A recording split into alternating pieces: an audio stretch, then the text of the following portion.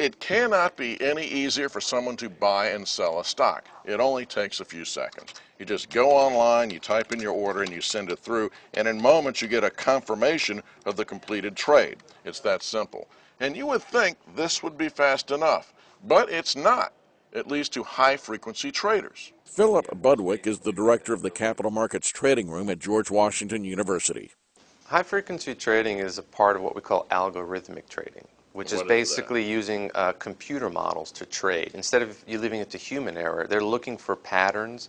They're looking for ways to use the computer to come up with ways to trade in and out very fast. Fast meaning within milliseconds. An impossible time to measure in terms of human reaction, but not for computers specifically programmed to act based on data. It scans the market and all the data in huge amounts by the millisecond, and as soon as it sees an opportunity, it sends that trade to the exchange and locks in the profit as quickly as possible.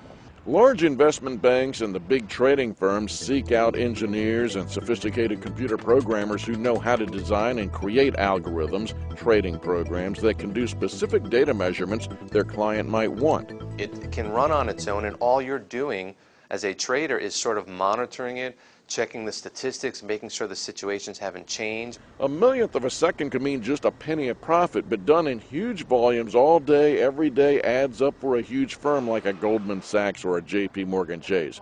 And that's why firms are placing their hardware as close to the stock exchange as they can, known as co-locating, in order to cut down on the transmission time to execute trades, albeit by millionths of a second.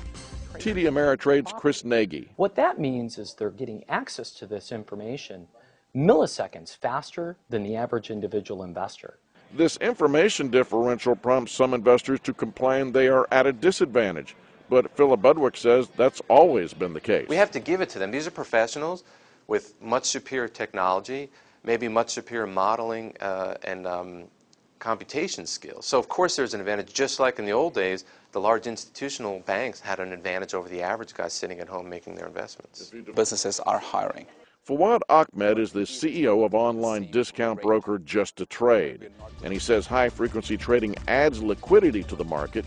But during the May 6th flash crash of stocks on Wall Street, when the market plunged nearly 1,000 points in less than 30 minutes, it's thought that the crash could have been exacerbated when high-frequency traders decided to stop trading. And what that does, it can force a market into a free fall. And we saw that in May. Obviously, we are still looking into what were the reasons behind it, but that is one of the things, concerns that you would have. The Securities and Exchange Commission is still studying what happened that day and what the effects are from high-frequency trading. What its impact is on the marketplace, what its impact is on investors who are in it for the long run. And we need to understand those.